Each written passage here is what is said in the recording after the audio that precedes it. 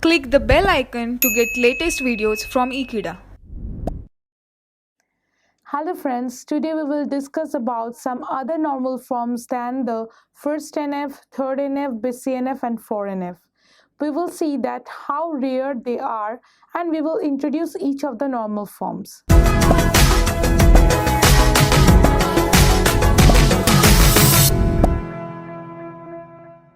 Starting from the second normal form, which is now being considered as a history and only used for a reference purpose, because no real database uses the second normal form as a part of their designing, because the 3NF achieves the at least of the minimum normal form that being a part of the real database. 2NF actually supports still the transitive dependency. See, the first NF deals with the redundant information that we know already. Now the 2NF deals with the transitive dependency, that it checks for the transitivity. If there is any functional dependency that alpha defines beta and beta defines gamma, we can say that alpha defines gamma is a transitive dependency, and we should remove this type of dependencies from our relation. So that is becoming the actual infrastructure of the having a real database. So we do not consider 2NF or achieving 2NF. We can also have the normal forms or the databases relation decomposed in 2NF further or the beyond calculation that we have in an initial phase.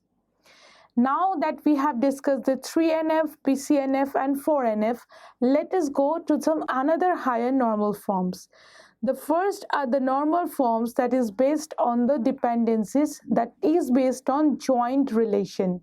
Say suppose two or more relation has got a join, and now we want to perform the normalizations on it based on some projection values that is associated with it.